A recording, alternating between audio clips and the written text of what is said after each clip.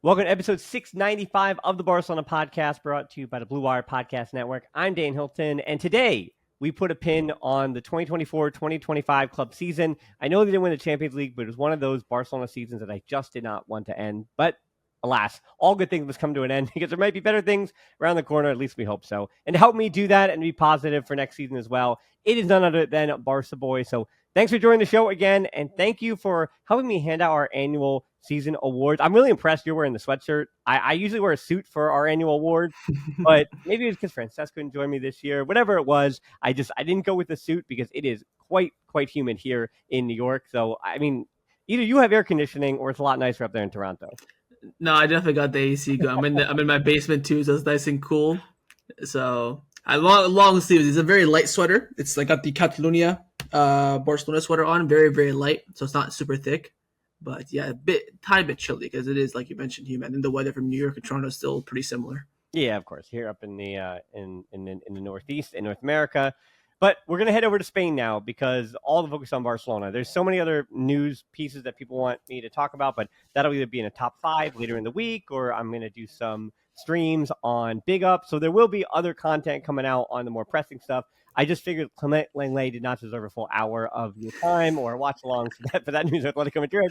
So instead, we're going to do the season recap. And I'm going to dive right in. We've got a ton of categories to get through, Barca Boys. So we begin with the forward of the season. And the way this is going to work is, especially for the audience at home, or if you're watching on YouTube, hit us in the comments with your selections. And again, as you're watching, hit that comment or put in your opinion real quick, and then you'll hear his. And then, of course, I'm going to have a podium of a top 3, and I'll bias you after that. So, again, put it in the comments. Or if you're just listening on social media, or sorry, if you're just listening, then, again, hit me up on social media, Patreon, or wherever people are following along as you're listening to the show. Okay, forward of the season. Here we go.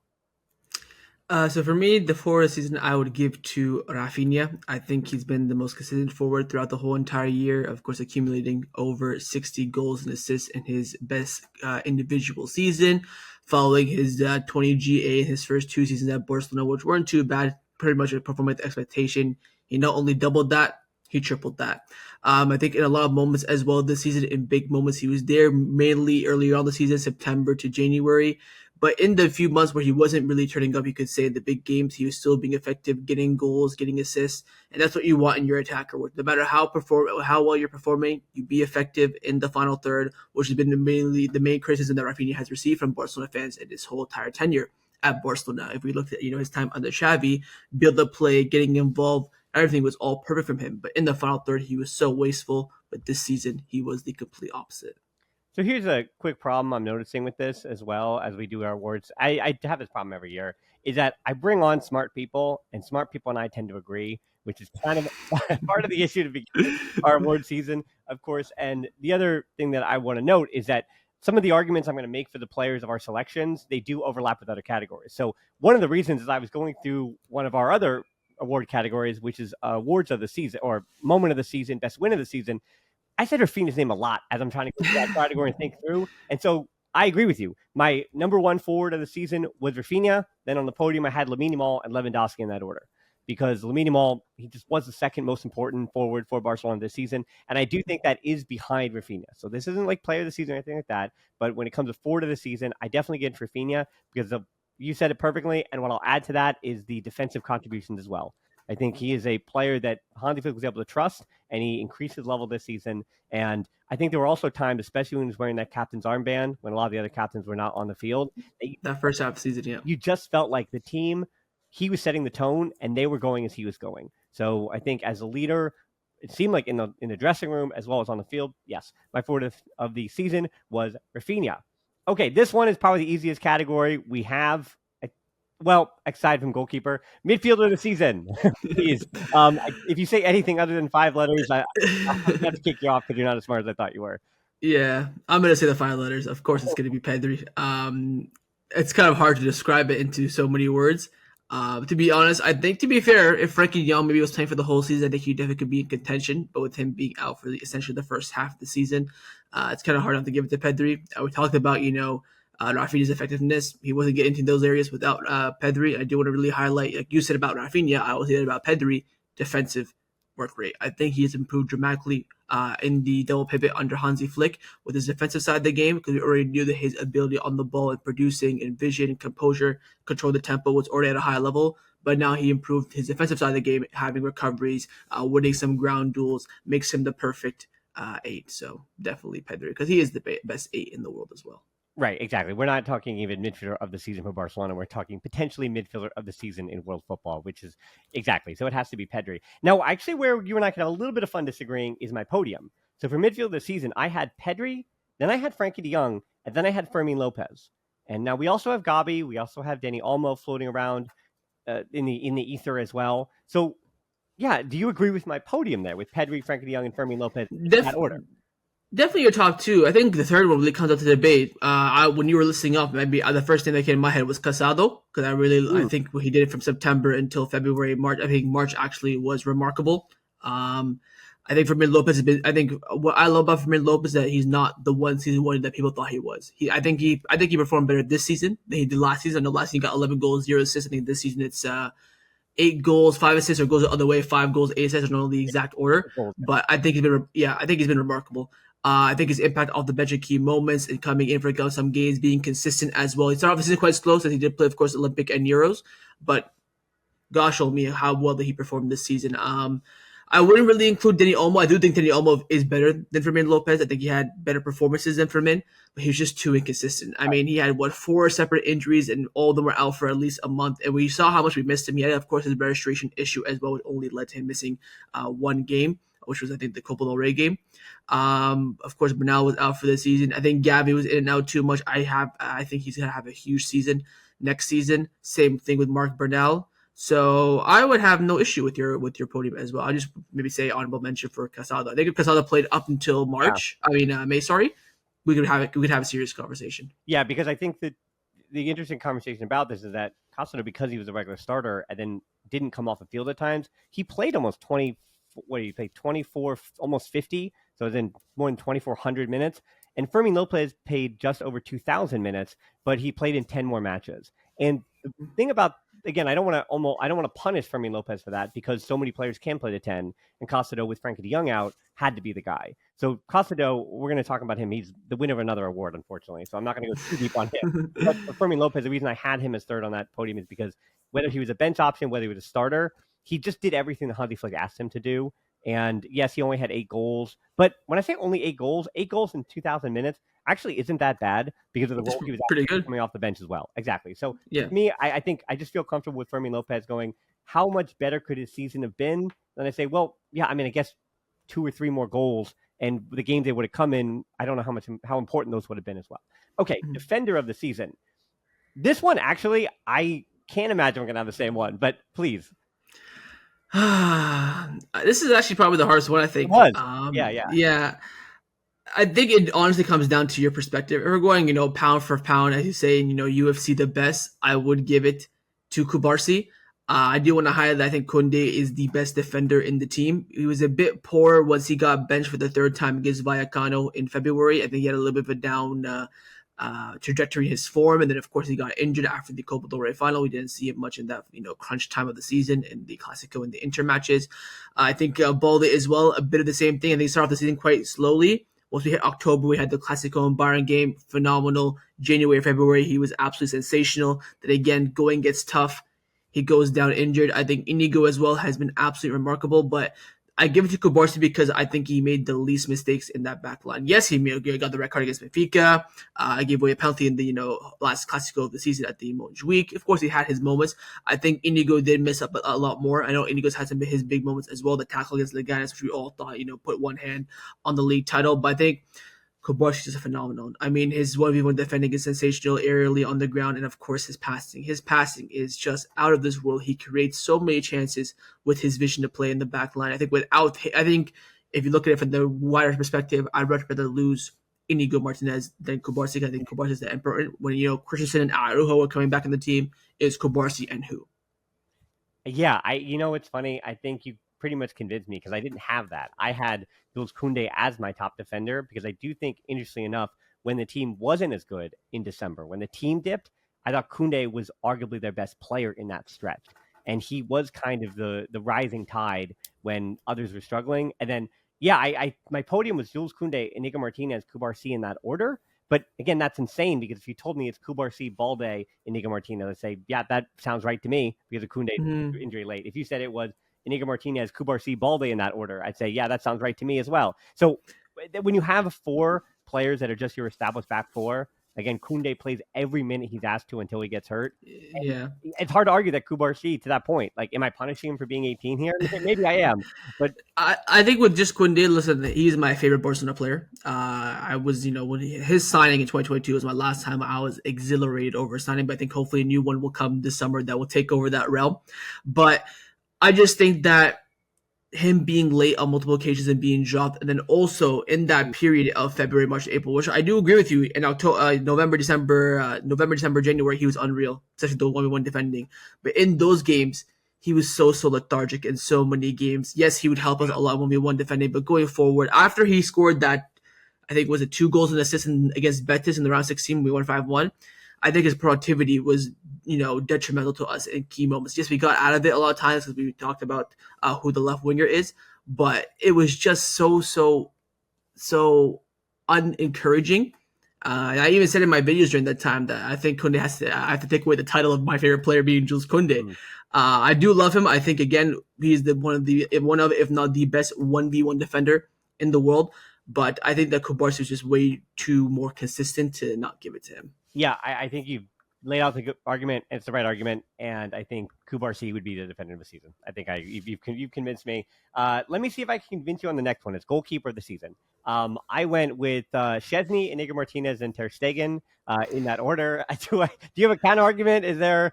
I mean, usually I let you go first, but I don't know. I feel like we don't really need to linger on this one at all. Yeah, I mean, second and third, you could have a umming and gnawing in a debate.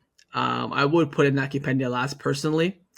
I don't know. People say I have an agenda, but I think that he's now played 50 games in which he was a starter for the first team. He had maybe 2 good performances. I think he is not at the level of a Barcelona goalkeeper long term. I think he played very well in that Clasico. We won 4-0 at the Bernabeu, but I seen too many mistakes from him, and this is why I was very adamant and very much a heavy pusher for Szczesny not to only come in, but they come in immediately. I had to wait till January. I had to wait for a bust up, but in the end it came.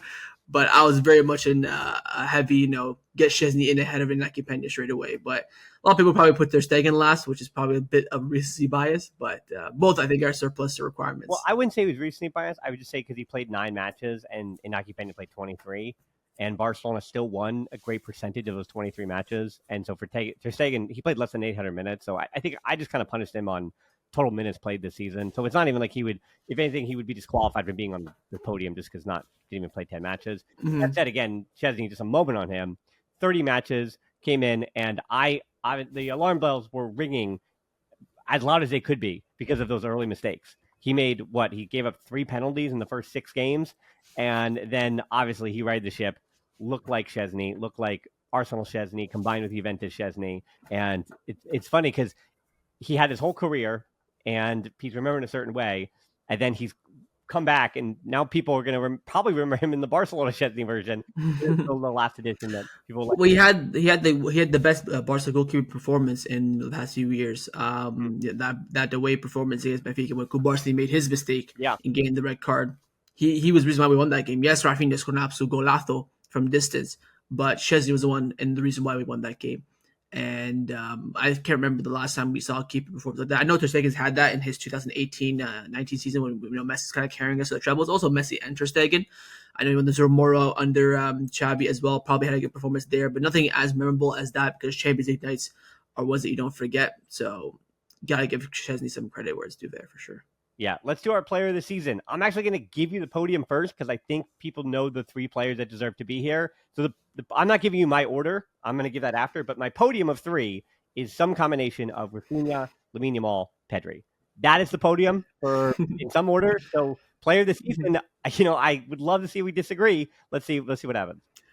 So my podium is the exact same.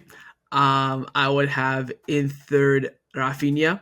I just Okay. only because the last 2 months, um, yes, he was getting some goals and assists, and he had some moments, but he wasn't the Rafinha that we saw in the opening 6-7 months of the season. Second, I do have Pedri. So do I.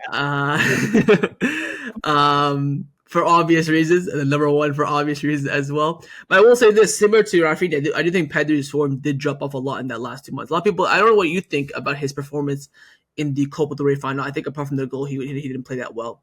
I think there were a lot of moments in that game against Inter as well where he was overthinking things. I think maybe the Ballon d'Or talk or maybe best in the world talk maybe got to him a little bit. He was being a bit indecisive. He was taking way more than 2 touches to make up his mind, getting pickpocketed from behind. I remember him losing the ball so much from behind, whether it be from Valverde, Tchouameni, or Bellingham in that Copa del Rey final game.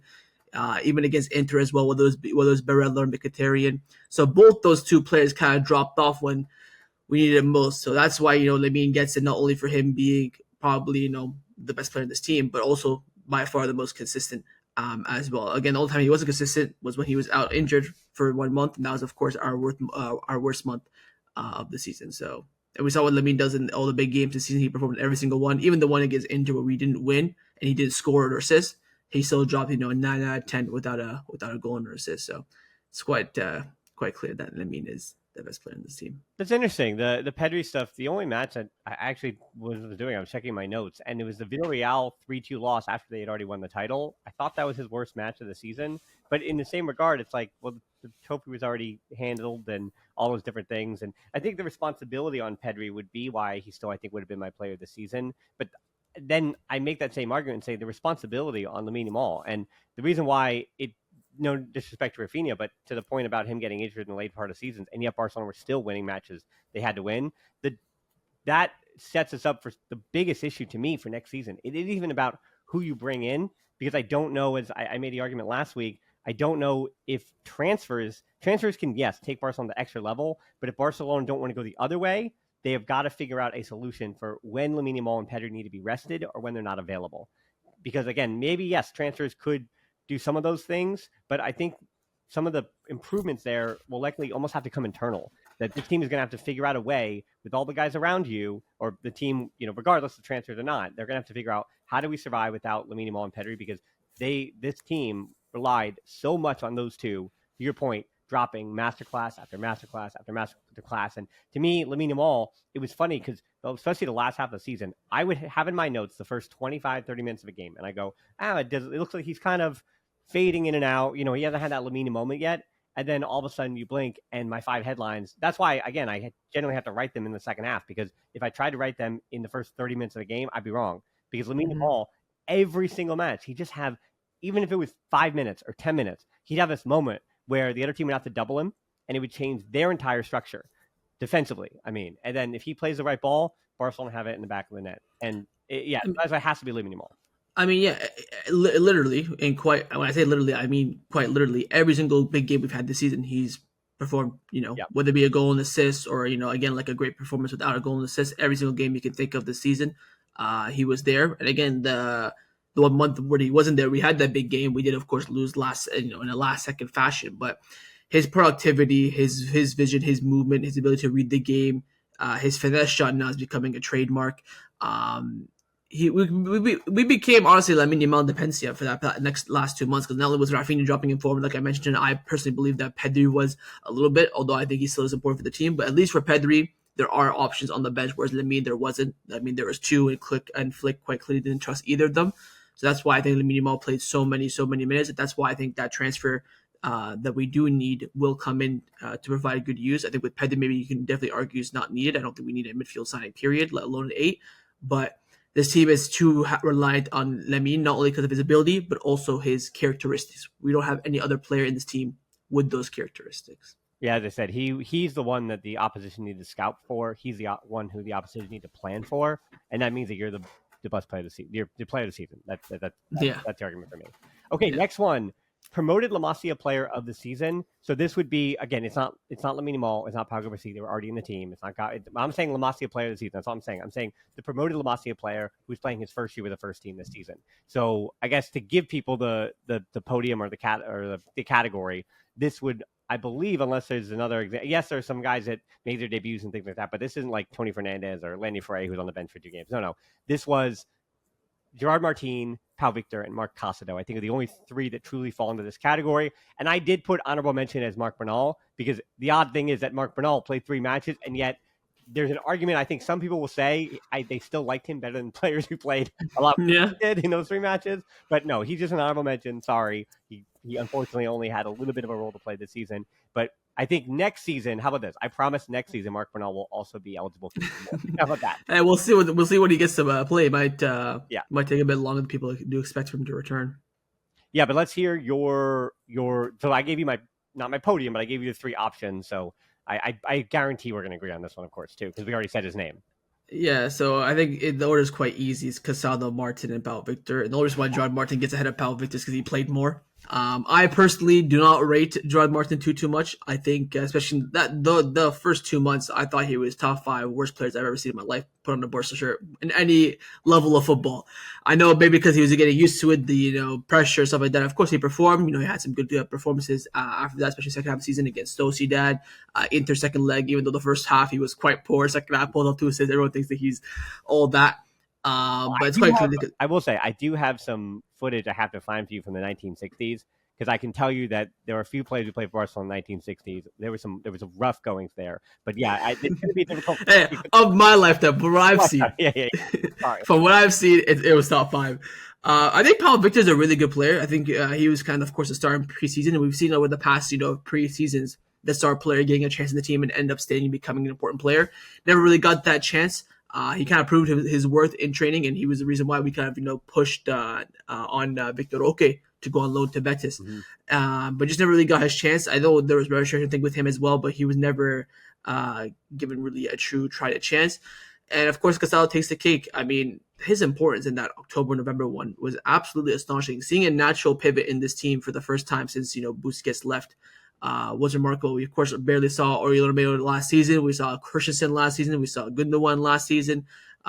We've seen so many different options in that, and we finally, see the natural use of a player with the natural ability, and it's remarkable. I think there are a few things he has improved in his game. That's why I think Frankie de Jong came in and not easily dropped him out of the team, but comfortably, because I think some of his progression going forward needs a bit of improvement. But I think off the ball movement, off the ball dual wins, it was sensational. It was so fresh to see that as well for the first time in a while. So definitely, he takes the cake here. Yeah, it's a boring term I bring up, but last season the rest defense for the team wasn't good enough, and at times it stunk often, and that's why you say, well, they had very little control because the rest defense stunk. And Costello, to that point, improved the structure of this team. And I think it allowed in the early going Inigo Martinez to find the form that he did, Pau Garcia, and that high line sorted a lot out with Costello right in front of them. And I think that was really important to kind of figuring out their identity. And I know he didn't have a part to play as they were finishing the season because of the injury. But yeah, I think Costello easily there. And it's going to really be really interesting because Bernal in the preseason was better than Costello. I didn't know how much Costello would play. And then all of a sudden, Costello also makes that leap forward, which again just tells you how good the academy is. And then Gerard Martin, it's funny because I got hate on social media because of the Ter Stegen video I made last week when I said, and I'll repeat it again, I am glad about Juan Garcia. He's an instant starter the minute he shows up at FC Barcelona. He's going to bench Ter Stegen. But I just said, hey, can we relax, saying that Ter Stegen has always been a bum for a player that has been at the club for 10 years and has done a lot of winning and has made a lot of saves. And I know that very much like the end, go back and look at how much people hated on Jordi Alba. Look at how much people hated on Sergio Busquets and PK. All the legends, again, if you overstay your welcome to what social media says, which is a day after they want you gone, then they're going to hate you and it's going to be terrible. So, yeah, I got some threats of violence and pretty cool stuff on social media. For that, it really picked up my day. What is this car dealership I went to the same day, by the way? I'm sitting in the car dealership getting all this negative stuff, and yet my day at the car dealership was somehow worse than response. But I'm going to bring this back to Gerard Martin. Let me land the plane here real quick. That Gerard Martin, here's what I've said, is that I do not think he is of the Barcelona standard, but I do think that he would be an instant starter on 12 of the 20 La Liga teams, which means, does he belong in the Champions League? No. Does he belong in the Europa League? Maybe, depending on the right team. But I think, as I said, he's a starter. He's a starting left back on 12 of the 20 La Liga teams. But again, that is not really a compliment because we're judging him on the standard of FC Barcelona. So I do not think he's a Champions League left back, but I don't think he's an absolute scrub. And I'm not going to pour this hate on him. I think he's a fine and quality player for a player that's playing in the third division just last season, right? So he makes a step up. He was supposed to be the backup to Alejandro Balde. Was he the right choice to stay instead of Alex Valle, who's now permanently to Como? Well, he went to Celtic the first time, but I'm not sure. But I do think Gerard Martin defensively isn't as bad as people say he is, and he can contribute a good final ball for the right team. Sure. So he's the kind of player that if your team is playing a low block or a medium block, I'd love him in your team. But the things that he was asked to do to command the left wing, the drop off from Balde Gerard Martin was the big struggle in the last few weeks of the season. And we need to cut that bit and send it out to all the clubs that should John Martin so we can get some bids coming in. We gotta get that gotta get that clip and send out. I mean, give me your list of the other left backs who start for the clubs that I'm mentioning in the bottom 12. Mm. Like Robert Martin, those players. I mean, I think that Gerard Martin is the best fullback in this team in regards to crossing into the box. I think his ability to find the pass in behind is remarkable, and we highlighted this a lot, and we saw it in preseason. It's just that everything else, I think, again, the first month or two was definitely a lot to do with nerves. I think once, I think we should judge him more on the second half of the season where, he's got used to it. He's been playing more in training week in, week out, and, having more minutes. Because, again, Balde has this kind of, injury-prone-esque shadow over his head. Because, yes, he played a lot this season. Yes, he only got injured once for a month. But Flick managed his minutes very, very, very well. But I think that Jordan Martin, like you mentioned, I think he definitely could start for 10 of the 20 La Liga teams or 12 of the 20. But is he the Barcelona level? I think you and I can both agree that it's not quite there. But maybe in the future, you never know if he goes down there, gets some confidence, and believes in himself. He got the Barcelona because of a reason. So yeah, I mean, I just also think too, which is the Ter Stegen point I made as well. I do not think Ter Stegen as a player profiles to fit Hansi Flick's system, and that's exact same problem with Gerard Martin, because Gerard Martin and Alejandro Balde could not be two different players on the left wing. And because Rafinha plays on the left wing as that inverted forward, then Gerard Martin is not who you need him to be, and he's just not that profile. So that's why we're excited about a name like Jorge Torrens, because Jorge Torrens looks a lot more like Balde with Barca Athletic the last few months than Gerard Martin ever did. And it's based on profile even more than it is about the attributes that they bring to it. Because you said, I think the best crosser from the fullback positions was Gerard Martin. But that's not necessarily, Barcelona is not the team that needs to be spamming all those crosses. So yeah, find a team for him that wants to spam a ton of crosses, needs a good defensive left back, and you're in good shape. All right, Gerard Martin likely will not have the moment of the season. So that is no easy way to transition that. So during moment of the season, I have 4, and the next one is 2, best win of the season. So moment of the season, best win of the season. I think, unfortunately, it's a Venn diagram that could at some point be a circle, because I have 9 different examples here that if you tell me that's a moment, if you tell me it's a best win, because a lot of the best moments also led to the best win. So I think there's a lot of overlap here, and I don't know how you want to go about this conversation, but how about this? You give me your best moment of the season, you give me your best win of the season, and then we see kind of where we judge out the rest of the examples. Yeah.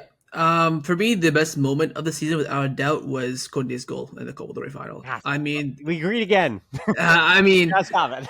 That Ronaldo header has been haunting me for about 15 years. We finally got our revenge in the perfect moment as well, when we were going for the, we were going for the quadruple at the time, and similar to that time, we were going for the treble, and they of course took the Copa del Rey away from us. But the tight game, us playing champagne football the first half, them coming back in the second half, us coming back again. I thought the game was done at 2-1. I genuinely did not believe we were going to come back. Yep. Lamine Yamal magic, which is why he's the player of the season, out of nowhere.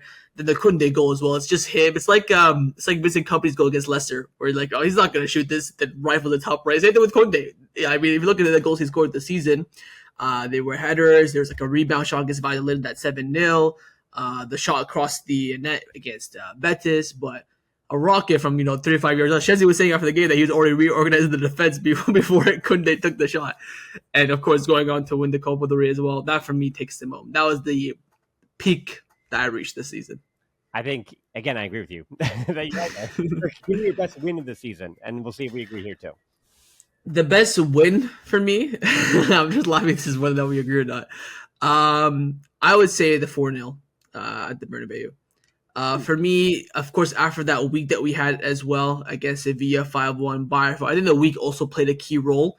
But going in halftime 0-0, being quite an even hit game, I wouldn't say Barcelona, dominated or Madrid dominated either. Things going out in the second half and absolutely destroying them when Frankie de Jong came on. for, I believe, and that was who was playing. It was Fermin in the 10. So Fermin went, it came out, Ped then moved to the 10, and that change from Flick just brought a champagne football second half. I think the accumulation of that week, of course, losing to Madrid all the every single time last season, keeping a clean sheet at the Bernabeu. We've had some. I think there's been some better wins and better performances, I would argue, but as an accumulation for me, that would be the best match of the season. Yeah, when I was making a list of best wins of the season, like versus Real Madrid, because of the time that they beat them this season, just had to be part of that conversation. Now, for moment of the season, I also had Koundé's 116th minute winner in the Copa del Rey final. Then I also had Rafinha's 90+6 versus Benfica in the seventh Champions League match day. Again, that kind of got Barcelona second place, and that was a match that Barcelona had no reason why they should get the 3 points there, but they did with that again. Benfica winner in the rain. So to me, the image of this season is the team celebrating with Benfica with Rafinha. If anything, it's like one of the snapshot pictures that I can see from this season. I agree. Yeah, I also had for that reason the 3-2 Dortmund comeback, the Ferran Torres brace in December, where Ferran Torres kind of has his moment, and here we are, and it's a flip on Dortmund because I let's think at keep it that on. point too, in December, Barcelona was kind of struggling, and that was a Yeah. big win. I think galvanized the team into the new year, which is important. And then my honorable mention was the 4-3 against Celta de Vigo because I know it was just a penalty, the 90+8 minute, whatever. But Barcelona did come down back from 3-1 down to Celta to win 4-3 in the second half there. So that was just a roller coaster. Whereas I was I was watching on the watch along on Big Up and become a member for free. That'd be great. But I'm watching the watch along, and that was the most my chat had quit. We had people leaving the chat. We had people like, hey, this is done. This is over. Celta de Vigo, whatever. I'm going to check out. I'm going to do something else with my day. But I was like, hey, I'm not hitting the panic button yet because Barcelona are the better team right now. And then it ends 4-3. So that was the game where I felt the most vindicated moment of the season because I just wasn't going to panic. Never panicked into Barcelona. Then best wins. I actually had 4-3 versus Real Madrid for the Liga title. And I know it's recency bias, and I know that Barcelona let up 3 goals in that game. But the reason I say that one is because it basically won the Liga title. And I also had on my list an honorable mention was, to your point, the 4-0 over Real Madrid in October at the Santiago Bernabeu, putting up 4-0 on Real Madrid's home field. Like, yes, that feels great, and it's a fair argument. And then the 5-2 Spanish Super Cup win over Real Madrid as well. Like, you put a Manita to win a trophy against Real Madrid. It's just because of the Spanish Super Cup, it dilutes it. So my argument for best win this season was the 4-3 because I did feel like, I know it didn't win outright the Liga trophy, but it did feel like they had done what they had to do, and the Liga trophy is theirs. And I think I put so much stock in that being the biggest trophy they won this season, and it also secured the domestic treble. I think the 5-2 is probably the best classical performance. I just think that second goal that Rodrigo scored from the free kick right when Chesney got sent off Mm-hmm. just kind of killed the scoreline a little bit. A Yeah, 5-1 would look much better, even a 5-0. But of course, Mbappe scored first. But I think that Rodrigo goal kind of takes away from it. But I still hold it in super high regards. But I think honestly, if you judge it all by game by game without any context around it, I probably would agree with you on the last Clasico, it being the one that decided the league. I think that the Inigo tackle against Leganes put one hand on it. I think Celta Vigo come back, put the other hand on it, and in yeah, that game we raised it. But I just think for the week that we had, of course, we were playing well. We had the huge week after international break. Sevilla, Bayern, Madrid. Are we gonna win one, lose one, draw one? We're gonna win all three, lose all three. We go out there, we score. What was it? it was 13 in 3 games, I think it was. Yeah, 13 goals scored, only 2 conceded. Yep. Like it was Well, I beyond also had on my perfect. list, I had the 4-1 Bayern Munich over October because not only was it Rafinha's best game probably ever with the hat trick, but it was also that, I'm and you the same thing. We've been doing Barcelona content enough time that Bayern Munich, the last 5 years of Bayern Munich and Barcelona have always felt like it's going to end one way. And this 4-1, that felt like, and this season to me, getting back to the semifinals of the Champions League, we've been dealing with for 6 years now. No, 7 years. Yeah, for 7 years now, we've been dealing with this Champions League ghosts and goblins and ghouls that just keep, getting those demons off their back. And that 4-1 against Bayern Munich, I think, went a long way to do that. Where this team was like, hey, actually, no, we're going to show up in Europe, and I don't care about the Bayern Munich past stuff in the last almost decade. Mm-hmm. Like, it's us. And then the 4-0 against Borussia Dortmund, same thing. Like the Borussia Dortmund 4-0, that was, hey, we're going to take a team that's pretty good, and we're going to smack them around. And I think the 4 against Borussia Dortmund was pretty gosh darn good as well, in the knockouts as well. Because, again, it's, hey, knockout football, European night, and Barcelona just said, no, I don't care what the second leg of this tie is going to be. we're putting this one to bed in leg one. So 4-0 Mhm. against Dortmund, I think, was up there too. So yeah, I think that was in my five. It was three Real Madrid results, and then Borussia Dortmund and Bayern Munich. So that would be mine. All right. Unfortunately, we have to be negative here. We don't have a worst loss and worst moment as different categories. I think they feel like the same thing because I know you and I agree are going to be the worst loss and worst moment the same thing. So I have a podium here, but yeah, let's give your worst loss or moment of the season.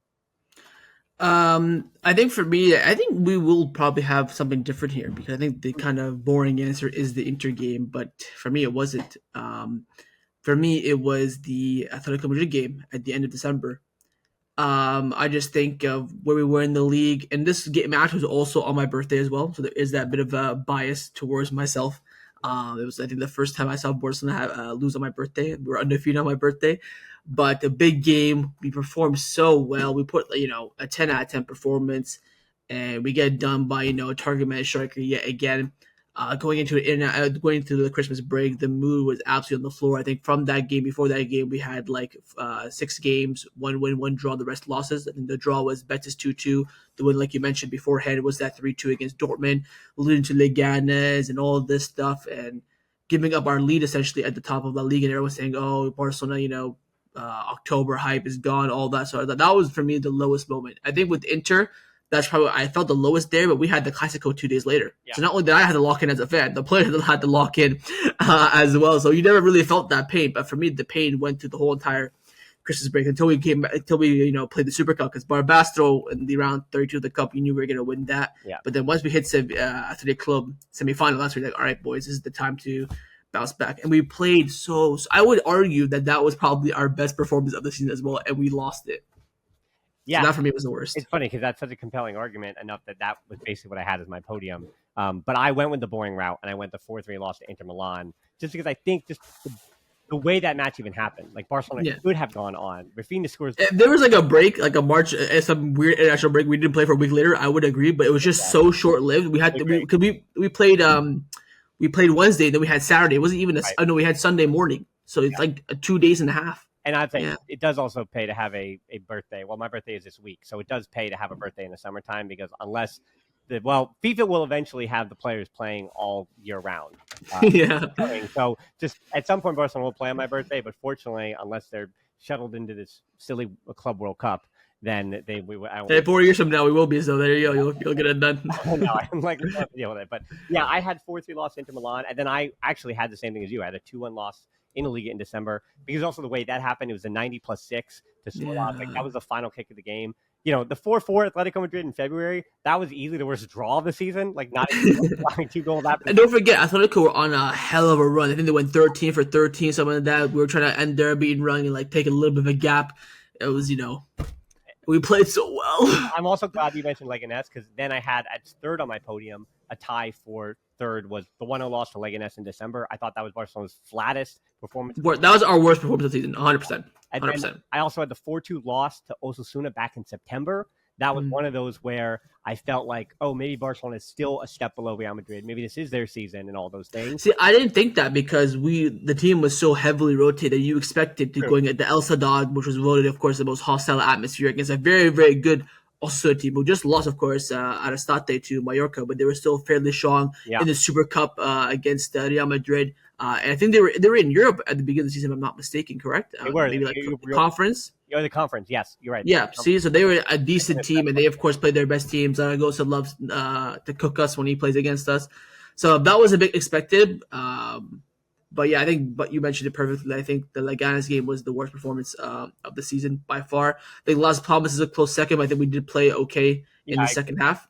So yeah, and Las Palmas wound up getting relegated, but I don't know. There's something about the Las Palmas and the way they want to play. I almost even Leganes got relegated too. They both got relegated. So that's true. But but let's say because of the way that they play football, like I tend not to punish Las Palmas as much. Like I feel like they deserve to win a lot more times. And Leganes is just like I hate that they got a 1-0 and it just doesn't. I don't know, put a bad taste in your mouth. But all right, we're gonna have one last negative category, and then we finish with two more. I'd say positive ones. So underperforming player of the season. I had on my podium. I have basically one player. And then everybody else, I think, has good reasons. And then I just have one player that I think is my winner outright. And then everyone else, again, we can kind of make arguments and excuses for them. So, yeah, let me hear your – let's see if we agree again. We will. But On what was the category? Underperforming player of the season. Underperforming.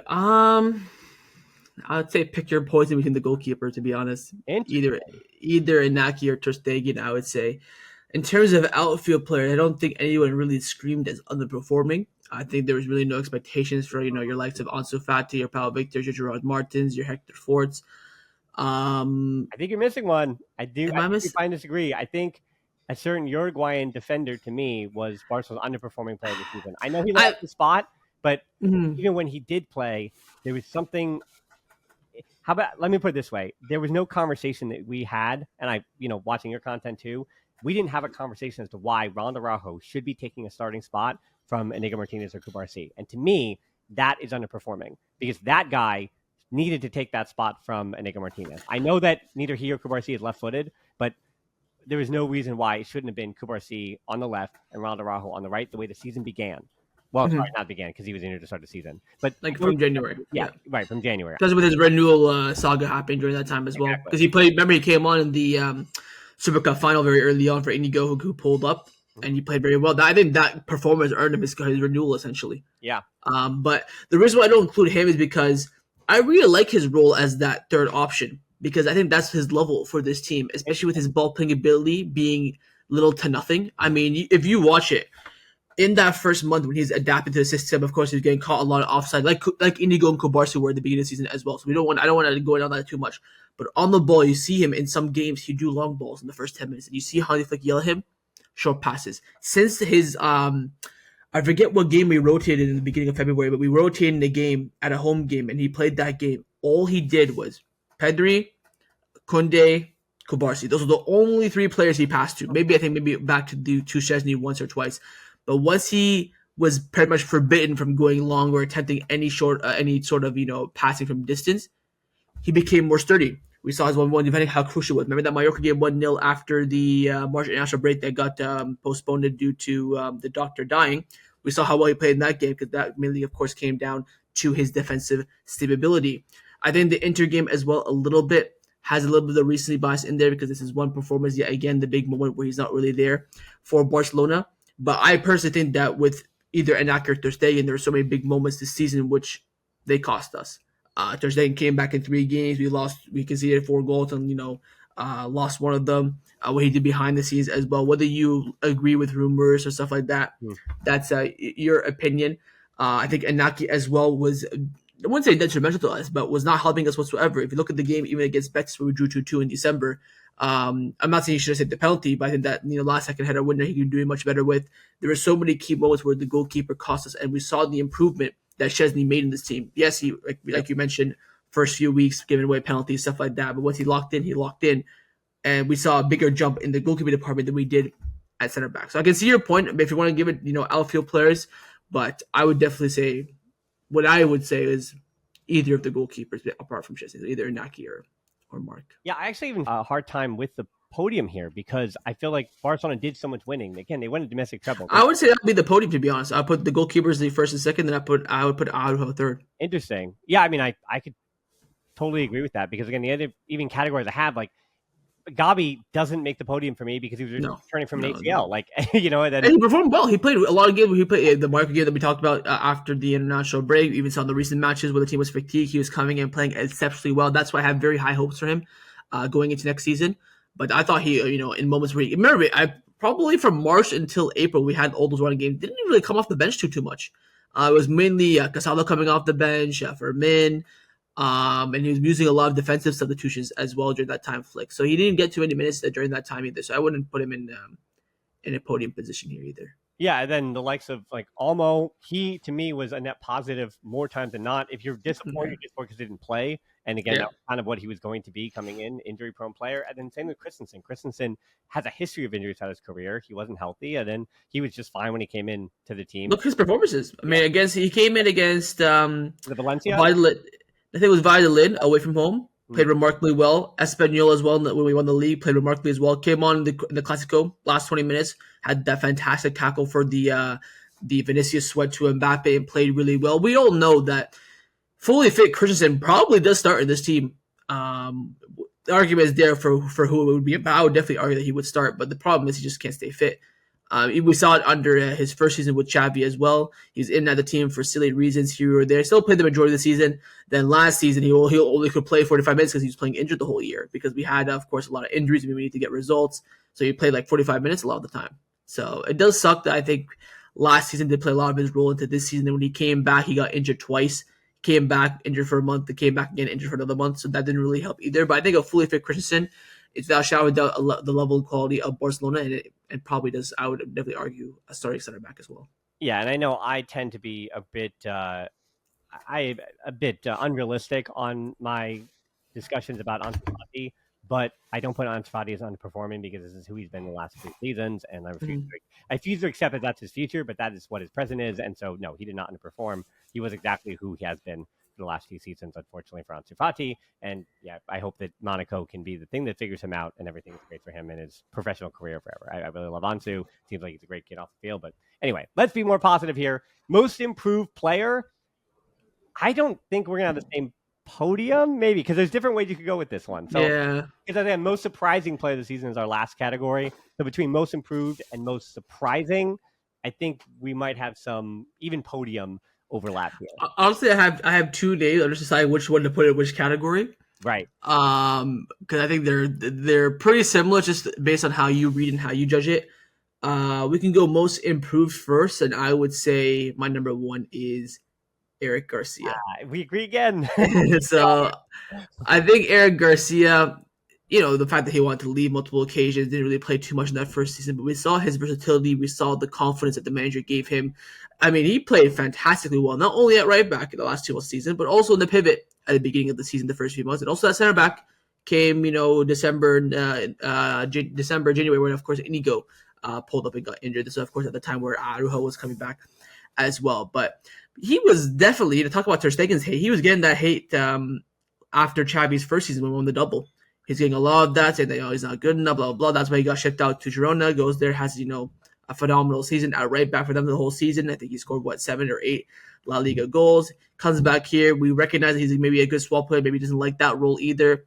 And we didn't get what Flick wanted, which of course was Jonathan Tah. He ended up staying and becoming the Tah that Flick wanted. And I think as you mentioned, as we're gonna get to a point where we're playing football all year round forever, squad players I think are gonna be getting more recognition. They're gonna be getting more value, and they're gonna be more minutes on the pitch. Back in the day when I started watching football, year 2009, 2010, 2008, you see the same 11. I would say 35 out of the 40 games of the season. Yeah. Squad players were very, very rarely used, but now they're getting used more time than not. And I think since Eric Garcia accepted that role, he's now come to fruition. Now he's a bit of a fan favorite. People call him the most underrated player in Spain. People were outraged he was even called up for Spain during the recent Nation League performances. I wouldn't say he was phenomenal at right back, but definitely did much better than I'd expect, and definitely put in fantastic performances. Got big goals as well. Benfica, like you mentioned, that in that second place game, 5-4, where Rafinha scored. Classico goal, Inter goal, which of course Inter goal didn't really come out of nothing. He scored another goal as well. Sevilla away at the Ramos Sanchez Pizjuan. So got some big goals as well. Right back. I think he's got more goals than Kunde at right back. And Kunde, of course, played more games this season. So definitely a surprise and improved package. Yeah, Kunde had 4 goals and Eric Garcia had 5. You're exactly right. And it's not just getting total goals. Eric Garcia, he has the red card against Monaco, and after that moment, I can't think of a negative moment or a negative note that I made about him. With that red card, I think we could all agree that that's the jury between the six fault for putting him in that position. Well, that's what we thought, that Eric Garcia is still Eric Garcia, and then Yeah, and that kind of played out to the narrative. You're absolutely correct. and Yeah. then after that, he completely flipped the narrative. And to the point we were making before about Gerard Martin, the drop off then from Kunde to Eric Garcia in the last 4 months, I think really did solidify Barcelona's ability to go win the Liga because you had such a little drop off. And he did work so well with Lamine Yamal as well. I remember the first 1 or 2 matches when he started for Kunde, there was something a bit chemistry wise between he and Lamine Yamal, but it took 3 matches and then it all figured out. And whether he was underlapping, Eric Garcia was getting to the goal line more times than I've ever seen him in his career. Yeah, the Girona, but yeah, I mean, because Barcelona has the talent that they do and Lamine Yamal attracts so much attention, if you're the other guy around him or underneath him and you can make the most of the attention that Lamine Yamal is attracting, then Barcelona is just so much more dynamic offensively, and they were because of Eric Garcia. Yeah, we had the exact same one. The rest of my most improved player podium was Balde and Rafinha. And here's why. For Balde, it is really hard. I think it's easier because I talk a lot of basketball. So I think with the NBA, it's a lot easier to kind of make this argument. And when they have their most improved player award, that's always a problem. Like, do you call Shea Gilgeous Alexander the most improved player because he went from star to like MVP superstar candidate, right? Does that, because that jump is the hardest jump to make from like guy who's really good, we all appreciate him, to like, hey, that's a guy, a star who you need to have in the team. And I reason I put Balde on this list is because Balde was good last year, but I thought this season maybe it was Gerard Martin making me miss Balde at times, but the jump that Balde made, I think, from even last year, where I'm like, okay, I just hope he continues to have good consistency, good performances, to now there are arguments outside of FC Barcelona to go, well, is Nuno Mendes, is he the best left back in world football, or is it DeMarco? And then there's a group of next ones, but like Balde could arguably be a top three left back in world football this season. And so if you're going to have that kind of conversation with Balde involved, then that tells you that he's probably improved in some way, that we're now, or maybe the narrative at least around him has improved and we've got another year of him. And then Rafinha, to me, again, the Rafinha that he's been in his whole career, like he is going to define to me the term late bloomer in an FC Barcelona uniform. To go from what he always has been, or what, like, think back even what 5 years ago when he's at, or 6 years ago when he's at Sporting CP, and now what he is now for FC Barcelona, it's night and day. The guy ascended into superstar status. He's a Ballon d'Or potential podium winner. Like, for Rafinha to do that is so difficult to do. So we don't have any other Ballon d'Or candidates in the most surprising player of the season. At least, no offense to that one, but Mhm. most surprising player of the season for you. Yeah, I'd love to hear if you and I are we going to agree on the one final one. um, I told you I had one each. This one for me would be Inigo Martinez. No, he wasn't even on my podium. All right, Oh, there we go. probably So should be though. He probably should I, be. I just think that we saw how good he was last season. The issue with last season is that we were so reliant on Araujo's physicality and pace in behind that Inigo couldn't really get a chance at the team. But we saw in that November period last season how good he was, how reliable he was. The poor guy does his left hamstring, comes back in the game back and does his right hamstring. Then really never recovered into the first team since, and that's when we relied more on Kubarsi. And then that's when Kubarsi grew into the team. But going into the season, Indigo didn't know if he was going to stay at Barcelona or not. Flick said, "Hey, just do preseason, see how you do, and we can go from there." He agreed with it. He said, "If you give me the backing, I will give preseason the shot." And now he walks away as easily top five defenders, center backs in the world from last season. I think you could see that ability last season, but seeing it happen at his age, starting majority of games in Barcelona this season, being the leader of the defense of the high line as well, making, again, like I told you, what put the first hand on our league title was the last second tackle that he made against Leganes. An absolute, when Munir, a former Barcelona player, loves to score against us, clean through on goal to tackle him and get the ball, not even commit a foul or not even a yellow or a red card offense, is absolutely remarkable. And he leveled up this team. And what we were missing a lot from last season that we suffered from, not having a left-footed center back. That's why Xavi requested for his time last summer on a free deal, because we needed a ball-playing center back that can play with their left foot, and he provided that. I think if you go into this season with two right-footed center backs, our build-up play from the back and our fluidity would not be as fluid as it is. And I think Indigo brings a lot to that. I have been convinced to put him on my podium. You've not convinced me totally, having beat the guy. Because I also had on my podium, I had Frankie de Jong, because I do think it was surprising to me when he came back in and played the level he did. But I think, to your point, Inigo Martinez, you're right. From my preseason expectations of him to now, you're right. Inigo Martinez, I think even more than Frankie de Jong deserves to be there. The other guy I put there too is Gerard Martin, for this reason, that guy, watching him with Barca Athletic last year, I did not think he'd be anywhere around the Barcelona first team this year. And he played 42 matches for the team this season. So the fact that Gerard Martin, like that guy who was with Cornea Bay 2 years ago, is now, or Cornea, sorry, he was with Cornea's A team 2 years ago. They just play in the third division. Yeah. So anyway, he's playing for Cornea Bay, or Cornea's team in the third division of Spanish football 2 years ago. Now he's FC Barcelona's first team this year. It's only surprising to me because it happened. 42 matches that he played, I never would have expected that in the preseason. He's the name that kind of popped out of nowhere for me. But yes, Inigo Martinez, I think, actually immediately slot him second. The reason you're wrong, and it's the only time I'm going to tell you you're wrong this whole show, is because Ferran Torres this season, from the start of the summertime until now, he scored 19 goals in 1,900 minutes. He scored just one goal for just over 100 minutes per games played, and he played in 45 matches this season, many of them off the bench. And Fernand Torres, to me, in terms of perception, he resuscitated his. Maybe Eric Garcia has an argument for this too, but Ferran Torres and Eric Garcia did more work to change their perception and reputations and the narrative around them as players at FC Barcelona than any two in the squad this season. Ferran Torres, just I go back to how much hate I got over the last 3 seasons now saying, hey, he does good things. The goals, I just don't know why they're not coming. This season, he did those things and the goals came, and he wasn't a starter. Yes, when he was asked to start, could it have been better? Sure. But surprising to me was that guy scored 19 goals this season. When I did my preseason stuff, I said, I just pray that the guy gets like 8 before January, and then maybe another club might want him and ship him out. And I just didn't know how that was all going to play out for him.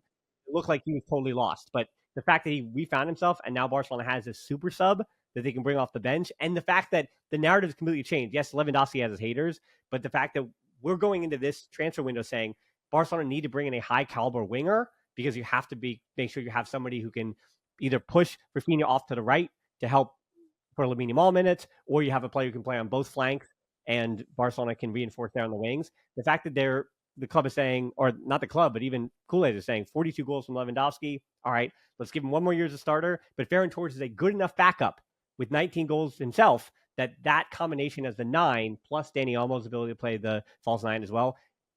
The fact that you could go into next season saying Barcelona can maybe win a Champions League with that trio being at the top of your spine, maybe that's okay. And I could have never expected that with Ferran Torres this season. That's why he's my most surprising player. The reason why I would disagree is just because that's kind of what I expect from Ferran, especially after the summer we had the economic levers. We went out and we signed Rafinha, we renewed Dembele on a new deal. That's kind of the role that I expected him. And of course, he got 7 goals that season, 7 goals season after that. Where of course he did start it off super well. I think from the 7 goals he scored, I think he got 4 of them in the first half of the season. And of course, injuries were a main factor in those 2 seasons. But do I say I expect 25 GA from Ferran every season? No, I'd probably see him as a 20 GA kind of player, but that's something that we, when you pay 55 million for him, and when we were dirt broke at the time with the, pull strings and pull money out absolutely for just to sign him. I'm not saying I expect it, but like I do expect a little something, something from him. So that's why I'm thinking like I would say this season, like yes, he played well, but about damn time. We've had 3 years of this now. Finally, you've come in clutch at some point. And like you mentioned, when he was given that starter role, didn't really take a bite of grass because like you said, a lot of people were hating on Lewandowski and bringing Ferran. When Ferran came back, everyone's like, "Oh, bring back Lewandowski." The hold up play, aerial dudes are all gone.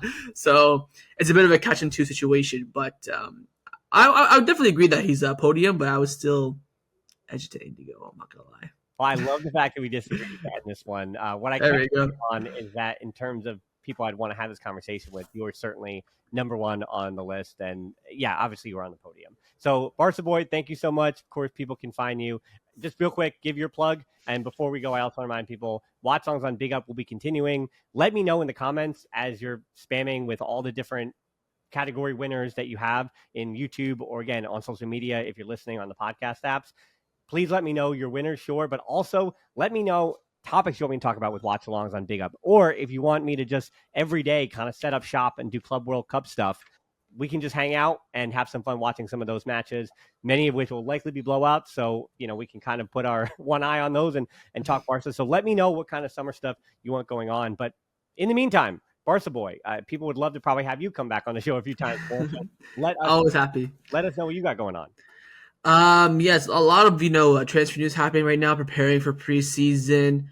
Taking my live watch along break. I've done enough from this past season. I just need a little bit of a break. But yeah, you can catch me Barca Boy on all social media platforms: TikTok, Twitter, Instagram. Of course, mainly on YouTube videos. I try to do at least 4 to 5 a week, more than the average, more than the halfway 4 a week. But I think everybody needs a break too. That's why I'm kind of slowing it down a little bit. That way, when preseason comes around, I can be fresh and ready to go. But daily Barcelona content I try to do. Yeah, I totally understand that. The Spain-Portugal semifinal, not Portugal, the Spain-France semifinal watch along I did the other day, I decided to watch along at 1:30 with the game being at 3 p.m. because I had no plan. I was like, all right, I'm just going to chill out. It's an easy day. And then that part of me was like, Lamine Yamal's playing today. I should probably. Here we go. That's how the content machine goes. So it continues on. Again, I have La Masia updates to be doing, and we've got a lot of other fun additional content here. Again, the Barcelona podcast or the Barcelona pod on all the different social media platforms as well. And again, for Borsa Boy and myself, everybody, Sports Podcast.